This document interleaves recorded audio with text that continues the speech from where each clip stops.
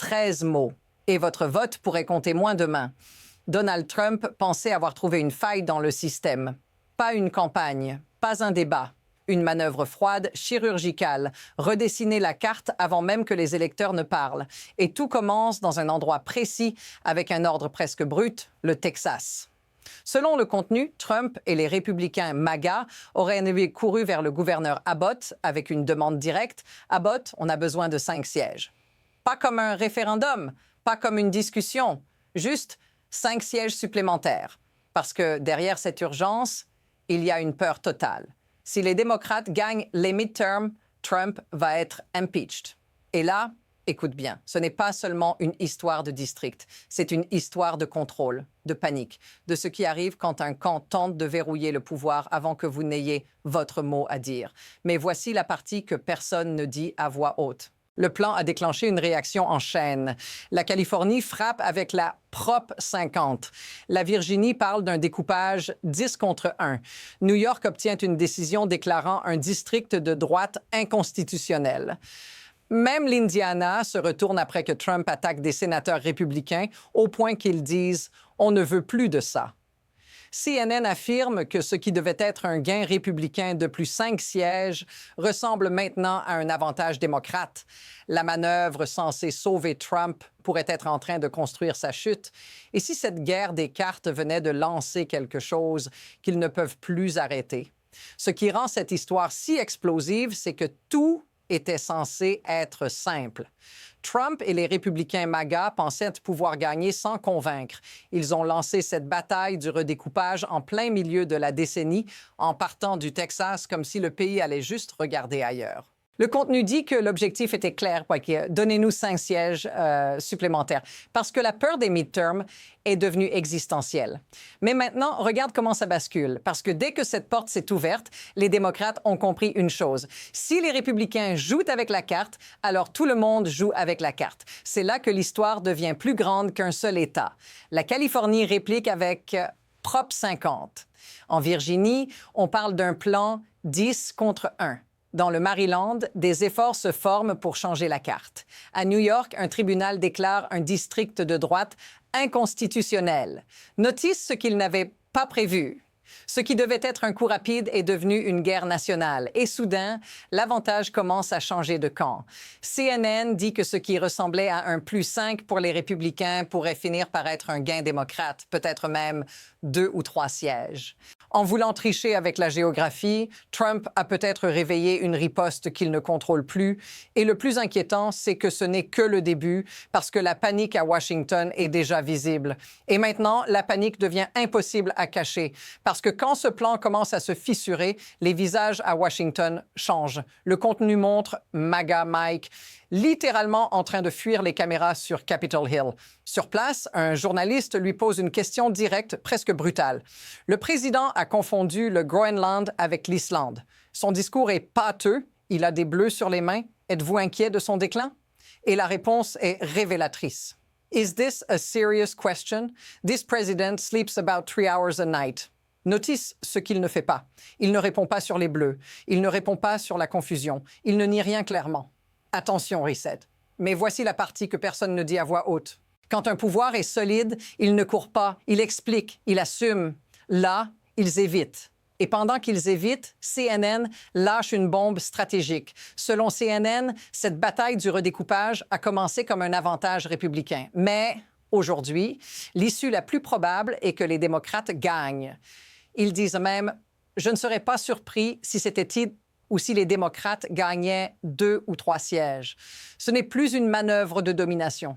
C'est une erreur qui se retourne en temps réel. Et si la vraie histoire, ce n'était pas seulement des cartes, mais un camp entier qui commence à perdre le contrôle devant tout le monde?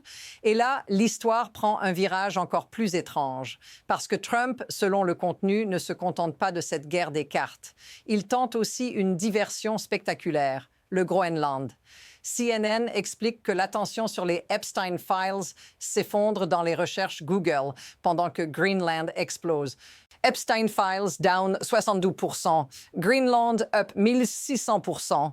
C'est un chiffre tellement absurde qu'il ressemble à une sirène d'alarme. Mais maintenant, watch how fast this escalates. Parce que même si la diversion fonctionne sur le plan médiatique, elle échoue politiquement. CNN dit que l'approbation nette de Trump sur Epstein est 38 points below water. Mais sur le Groenland, encore pire. Try to buy Greenland, 40 points below water. Notice ce que ça signifie. Trump essaie de changer de sujet, mais il choisit un sujet encore plus toxique. Et pendant que le public rejette ces distractions, un autre détail surgit, presque obscène.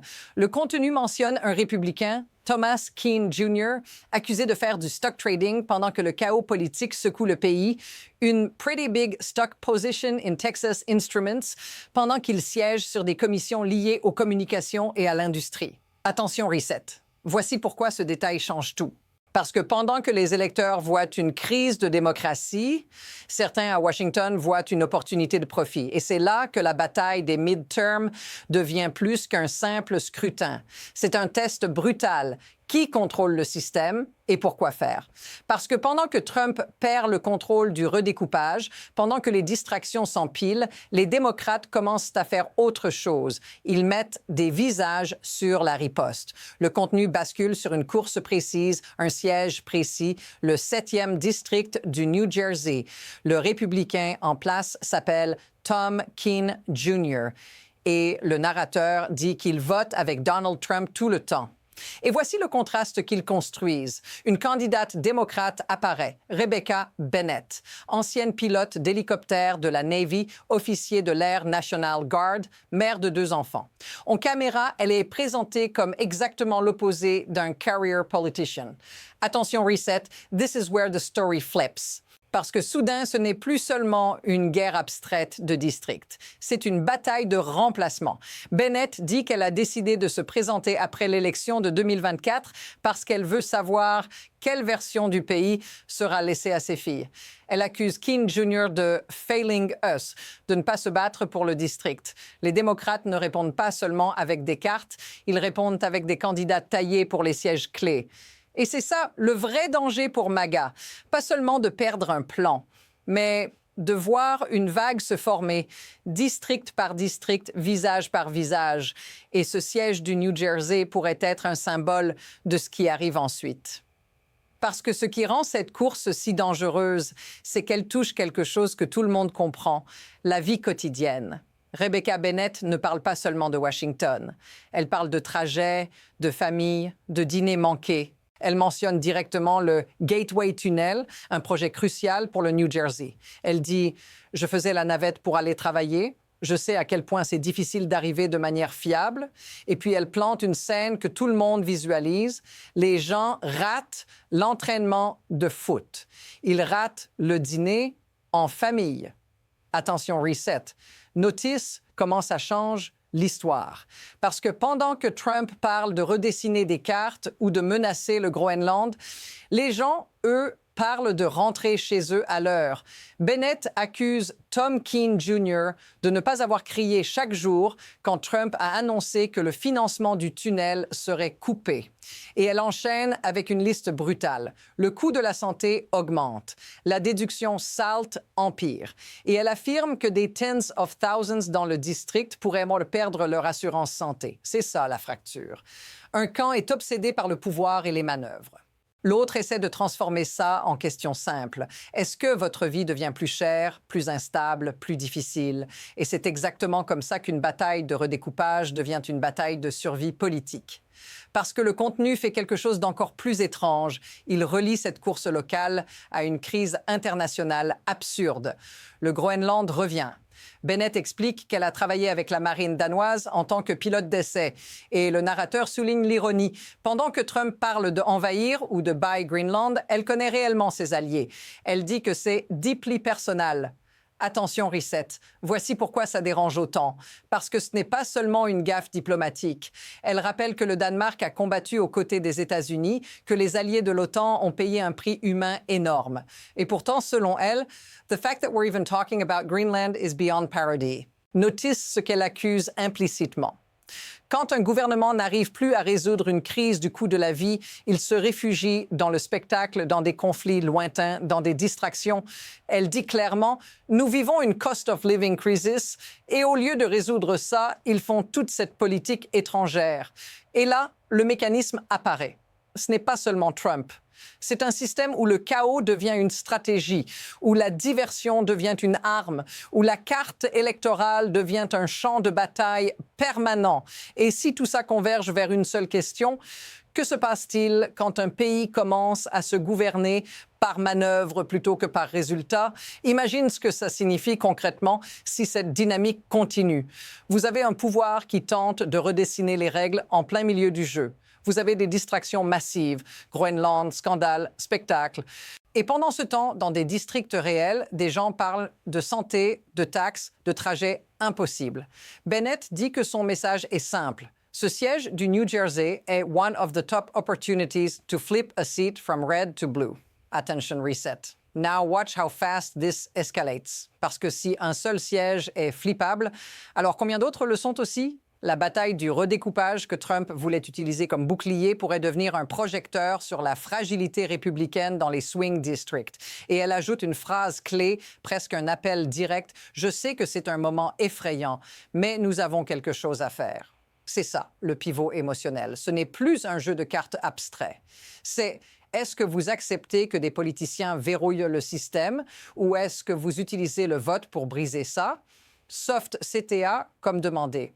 Si tout cela vous semble familier, ce sentiment que le pouvoir joue pendant que la vie devient plus dure, dites-le en commentaire. Parce que ce que nous voyons ici n'est pas seulement une course, c'est un signal.